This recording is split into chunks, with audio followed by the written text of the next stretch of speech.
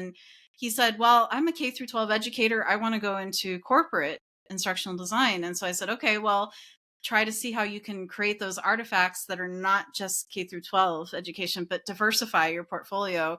And he realized that as he started going out and trying to get jobs, that they were like, do you have any examples of corporate? And he realized he made the assumption that, oh, I'm just going to work on projects that I'm familiar with. And so I tell my students that all the time, try to diversify. But I love that idea of having, that whole cycle. If it's just one project, make sure you go through that whole cycle. But I always let my students know, if you're going to have multiple types of artifacts, diversify if you can. It really helps in that I area. mean, in some cases, I don't think this is true in all cases, but in some cases, I would just leave out anything unless you want a job in K through 12, an ed tech, an educational publisher. I would completely take out anything that has to do with K through 12 because there are some people in the world of workplace training that they just don't want to see, cute pictures or flowers and horses. They really want to see the things that you would do for an adult.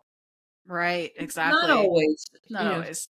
some people are compassionate about that and they understand that the skills are very parallel. But Right.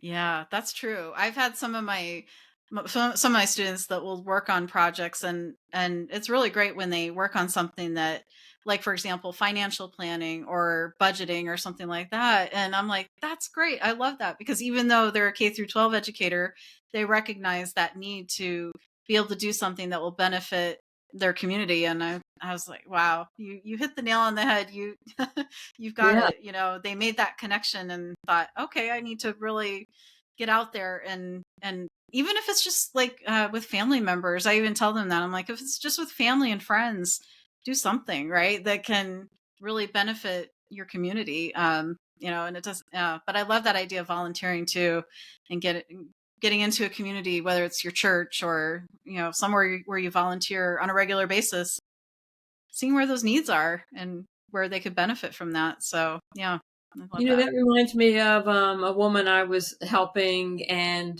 with her portfolio, and her son was in the Boy Scouts, so she made a little bit older. So, and they were going on these big hikes. So she made an e-learning course for Cub Scout leaders for how to take children on a hike, or how to do some more advanced hiking skills and camping skills. And I just thought that's a perfect example of what you're talking about. It was in her community, and they were thrilled that she was doing that, and she was helping people out, and at the same time creating something for adults.